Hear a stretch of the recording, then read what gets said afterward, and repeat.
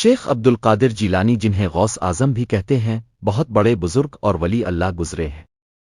آپ کی ساری زندگی تبلیغ اسلام میں گزری۔ بے شمار لوگوں نے آپ سے روحانی فیض حاصل کیا۔ آج بھی دنیا آپ کی تعلیمات سے فیض یاب ہو رہی ہے۔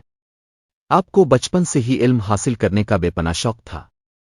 اپنے ابتدائی تعلیم تو اپنے قصبے جیلان میں ہی حاصل کی، لیکن دین کی اعلیٰ تعلیم حاصل کرنے کے لیے بغداد جانا پڑتا تھا۔ اس زمانے میں گاڑیاں اور موٹر کاریں نہیں تھیں، اس لیے لوگ قافلوں کی صورت میں پیدل سفر کرتے تھے۔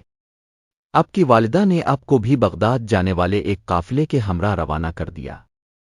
سفر پہ روانہ ہونے سے پہلے آپ کی والدہ نے آپ کو کچھ خوراک اور 40 اشرفیاں کھانے پینے اور سفر کے لیے دی۔ آپ کی والدہ نے یہ اشرفیاں آپ کی قمیض کی تہ میں سی دی تاکہ محفوظ رہیں، اور چلتے وقت آپ کو خاص طور پر یہ نصیحت کی کہ بیٹا، ہمیشہ سچ بولنا اور جھوٹ کے قریب نہ جانا۔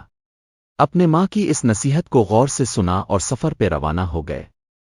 قافلے کے لوگ ڈرتے ڈرتے سفر پہ روانہ ہوئے، انہیں اس بات کا بھی خدشہ تھا کہ کہیں راستے میں ڈاکو قافلے پر حملہ نہ کر دیں، کیونکہ ان دنوں راستے غیر محفوظ تھے اور ڈاکو اکثر قافلوں کو لوٹ لیا کرتے تھے۔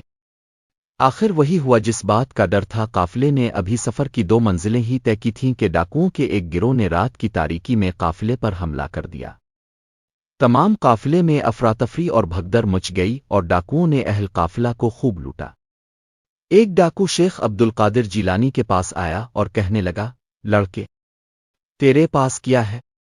آپ نے جواب دیا، میرے پاس 40 اشرفیاں ہیں جو میری قمیض کی تہ میں سلی ہوئی ہیں۔ ڈاکو نے آپ کی اس بات کو مذاق سمجھا اور ہنستا ہوا آگے گزر گیا۔ اتنے میں ایک اور ڈاکو آپ کے پاس آیا اور وہی سوال کیا۔ آپ نے پھر وہی جواب دیا۔ وہ ڈاکو یہ جواب سن کر حیران ہوا اور آپ کو پکڑ کر اپنے سردار کے پاس لے گیا۔ ڈاکو کے سردار نے تعجب سے آپ کو دیکھا اور پوچھا، لڑکے سچ مچ بتا تیرے پاس کیا ہے؟ آپ نے وہی بات دہرائی۔ آپ کی یہ بات سن کر سردار کی حیرت کی انتہا نہ رہی۔